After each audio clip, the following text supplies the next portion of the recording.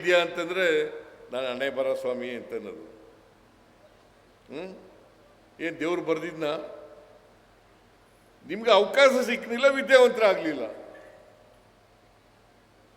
ಅವಕಾಶ ಸಿಕ್ಕಿದ್ರೆ ಎಲ್ಲರೂ ಕೂಡ ವಿದ್ಯಾವಂತರಾಗಲಿಕ್ಕೆ ಸಾಧ್ಯ ಆಗ್ತಿತ್ತು. ನಮ್ಮ ಸಮಾಜದಲ್ಲಿ ಬಹುತೇಕ ಜನ ಸಮಾಜದಲ್ಲಿ ಇರ್ತಕ್ಕಂಥವ್ರು 100ಕ್ಕೆ 80-85 ಜನ ಅವಿದ್ಯಾವಂತರಾಗಿದ್ದಾರೆ. ಶೂದ್ರರಲ್ವಾ?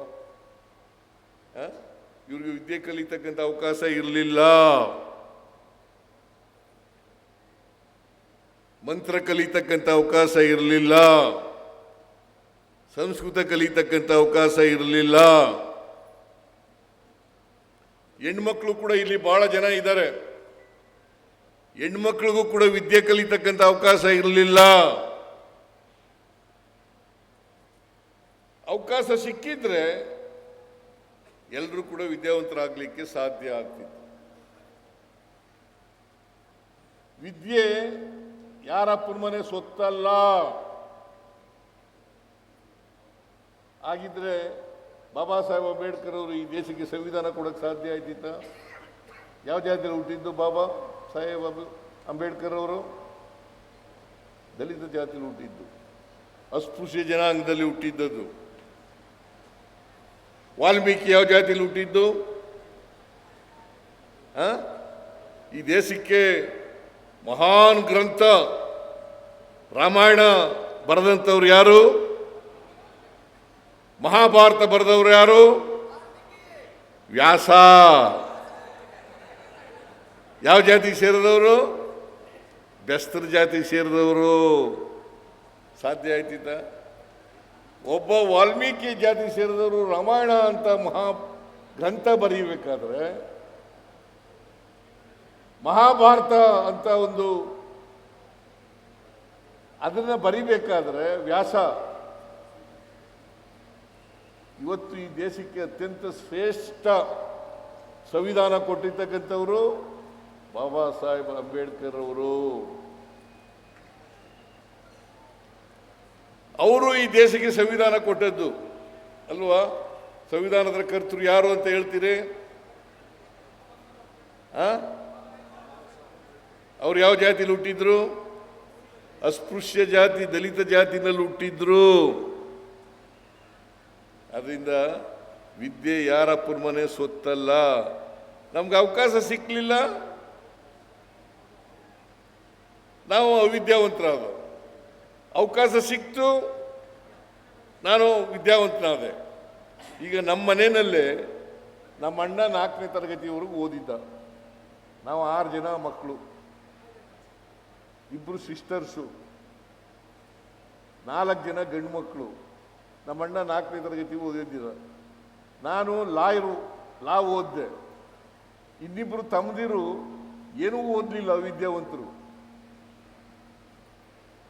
2 ಸಿಸ್ಟರ್ಸು ಅವಿದ್ಯಾವಂತರು, 2 ಬ್ರದರ್ಸು ಅವಿದ್ಯಾವಂತರು. ಅವ್ರಿಗೆಲ್ಲ ಹಣೆಯಲ್ಲಿ ಬರೆದು ಬಿಟ್ಟಿದ್ನ, ನೀನು ವಿದ್ಯೆ ಕಲಿಬೇಡ ಅಂತ. ಸಿದ್ದರಾಮಯ್ಯ ಮಾತ್ರ ಲಾ ಓದು ಅಂತ ಬರೆದು ಬಿಟ್ಟಿದ್ನ. ಸಿದ್ದರಾಮಯ್ಯ ಮಾತ್ರ ಮುಖ್ಯಮಂತ್ರಿ ಆಗುವಂತ ಬರೆದು ಬಿಟ್ಟಿದ್ದ ದೇವರು. ಬೇರೆ ಬ್ರದರ್ಸ್ಗೆ ಯಾಕೆ ಬರೀಲಿಲ್ಲ? ಆದ್ರಿಂದ ಈ ಮೂಢನಂಬಿಕೆಗಳನ್ನೆಲ್ಲ, ಕಂದಾಚಾರಗಳನ್ನೆಲ್ಲ ನಂಬ್ಕೊಳ್ಳೋಕೆ ಹೋಗ್ಬೇಡಿ. ಅದರ ವಿರುದ್ಧನೇ ಬಸವಣ್ಣವರು ಬಹಳ ವಿರೋಧವಾಗಿ ವಚನಗಳನ್ನು ರಚನೆ ಮಾಡಿರ್ತಕ್ಕಂಥದ್ದನ್ನು ಬಸವಾದಿ ಶರಣರು ಮಾಡ್ತಿರ್ತಕ್ಕಂಥದ್ದನ್ನು ಕೇಳಿದ್ದೀವಿ ಅಲ್ವಾ?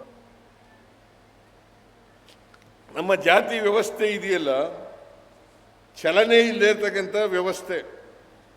ನಮ್ಮ ಸಾಮಾಜಿಕ ವ್ಯವಸ್ಥೆ ಇದೆಯಲ್ಲ, ಚಲನೆ ಇಲ್ಲ, ಜಡತ್ವ ಇರ್ತಕ್ಕಂಥ ವ್ಯವಸ್ಥೆ, ಚಲನರಹಿತವಾದಂಥ ವ್ಯವಸ್ಥೆ. ಅದಕ್ಕೋಸ್ಕರನೇ ಇಷ್ಟು ವರ್ಷಗಳಾದರೂ ಕೂಡ ಬದಲಾವಣೆ ಆಗಿಲ್ಲ. ಇಷ್ಟು ವರ್ಷಗಳಾದರೂ ಕೂಡ ಬದಲಾವಣೆ ಆಗಿಲ್ಲ. ಬುದ್ಧ ಯಾವಾಗ ಹೇಳ್ದ ಜಾತಿ ರಹಿತವಾದಂಥ, ವರ್ಗರಹಿತವಾದಂಥ ಸಮಾಜ ಆಗಬೇಕು, ಸಮಾನತೆಯ ಸಮಾಜ ಆಗಬೇಕು ಅಂತ? ಬಸವಣ್ಣ ಯಾವಾಗ ಹೇಳ್ದ? 12ನೇ ಶತಮಾನದಲ್ಲಿ ಇವತ್ತಿನವರೆಗೂ ಕೂಡ ಬದಲಾವಣೆ ಆಗಿಲ್ಲ ಅಲ್ವಾ? ಜಾತ್ಯತೀತ ಸಮಾಜ ನಿರ್ಮಾಣ ಆಗಿದೆಯಾ?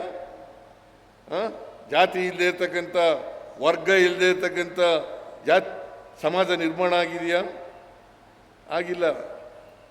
ಆದರೂ ಹೇಳ್ತಲೇ ಇದ್ದೀವಿ. ಬಸವಾದಿ ಶರಣರು ಹೇಳಿದ್ರು, ಇವನಾರವ ಇವನಾರವ ಇವನಾರವ ಎಂದೆನಿಸದಿರಯ್ಯ, ಇವ ನಮ್ಮವ ಇವ ನಮ್ಮವ ಇವ ನಮ್ಮವ ಎಂದೆನಿಸಯ್ಯ, ನಿನ್ನ ಮನೆಯ ಮಗನೆಂದೆನಿಸಯ್ಯ, ಕೂಡಲ ಸಂಗಮ ದೇವ.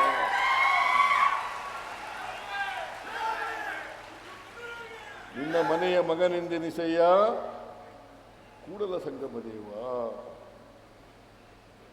ನೋಡಿ ಎಷ್ಟು ವರ್ಷ ಆಯಿತು ಹೇಳಿ ಇದನ್ನು. 12ನೇ ಶತಮಾನದಲ್ಲಿ ಜಾತಿ ಹೋಗಿದೆಯಾ? ವರ್ಗ ಹೋಗಿದೆಯಾ? ಎಲ್ಲರೂ ಮುಖ್ಯವಾಹಿನಿಗೆ ಬಂದಿದ್ದಾರ?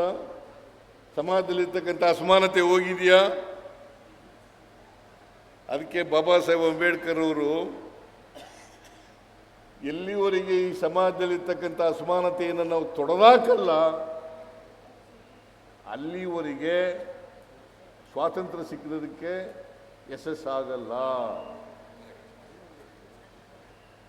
ಎಲ್ಲಿವರೆಗೆ ನಾವು ಅಸಮಾನತೆಯನ್ನು ತೊಡೆದಾಕಲ್ಲ, ಅದು ಆರ್ಥಿಕ ಅಸಮಾನತೆ ಇರ್ಬೋದು, ಸಾಮಾಜಿಕ ಅಸಮಾನತೆ ಇರ್ಬೋದು, ಶೈಕ್ಷಣಿಕ ಅಸಮಾನತೆ ಇರ್ಬೋದು, ರಾಜಕೀಯ ಅಸಮಾನತೆ ಇರ್ಬೋದು, ಈ ಅಸಮಾನತೆಯನ್ನು ಎಲ್ಲಿವರೆಗೆ ತೊಡೆದಾಕಲ್ಲ, ಈ ಪ್ರಜಾಪ್ರಭುತ್ವದ ಸೌಧವನ್ನು ಯಾರು ಅಸಮಾನತೆಯಿಂದ ನರಳುತ್ತಾ ಇದ್ದಾರೆ ಅವರೇ ಧ್ವಂಸ ಮಾಡಿಬಿಡ್ತಾರೆ ಒಂದು ದಿನ ಅಂತಕ್ಕಂಥ ಎಚ್ಚರಿಕೆ ಮಾತುಗಳನ್ನು ಬಾಬಾ ಸಾಹೇಬ್ ಅಂಬೇಡ್ಕರ್ ಅವರು ಹೇಳಿದ್ರು.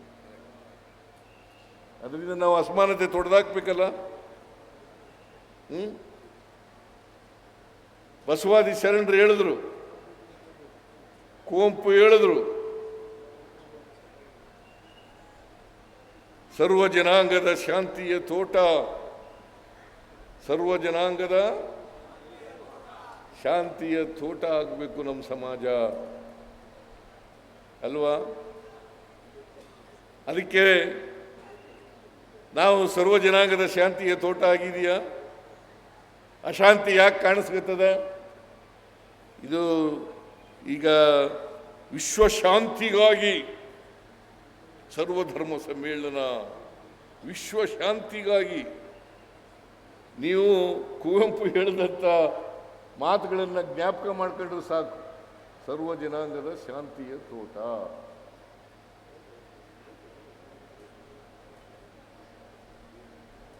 ಇದು ಎಲ್ಲರ ಉದ್ಯಾನ ಆಗಬೇಕು ಸಮಾಜ.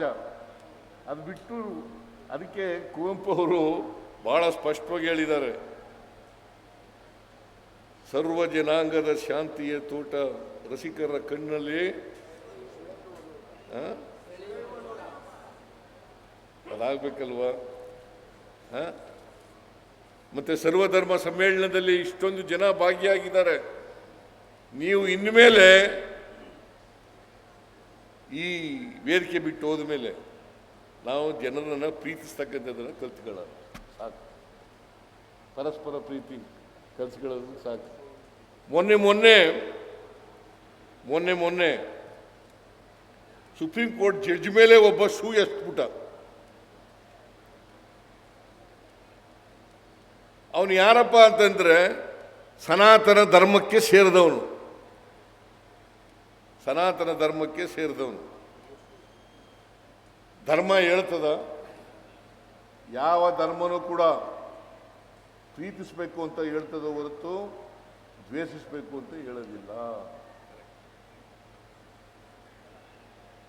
ಒಬ್ಬ ಸುಪ್ರೀಂ ಕೋರ್ಟ್ ಚೀಫ್ ಜಸ್ಟಿಸ್, ಅವನ ಮೇಲೆ ಒಬ್ಬ ಲಾಯರು, ತಿಳ್ಕೊಂಡಿರ್ತಕ್ಕಂಥವನು, ಓದ್ಕೊಂಡಿರ್ತಕ್ಕಂಥವನು, ಕಾನೂನು ಓದಿರ್ತಕ್ಕಂಥವನು, ಅವನು ಚಪ್ಪಲಿ ಶೂ ಎಸ್ಬಿಡ್ತಾನೆ. ಇದನ್ನೆಲ್ಲ ನಾವು ಸಹಿಸ್ಕೊಂಡಿರ್ಬೇಕಾ? ಖಂಡಿಸ್ಬೇಕೋ ಬೇಡವಾ? ಖಂಡಿಸ್ಬೇಕೋ ಬೇಡ?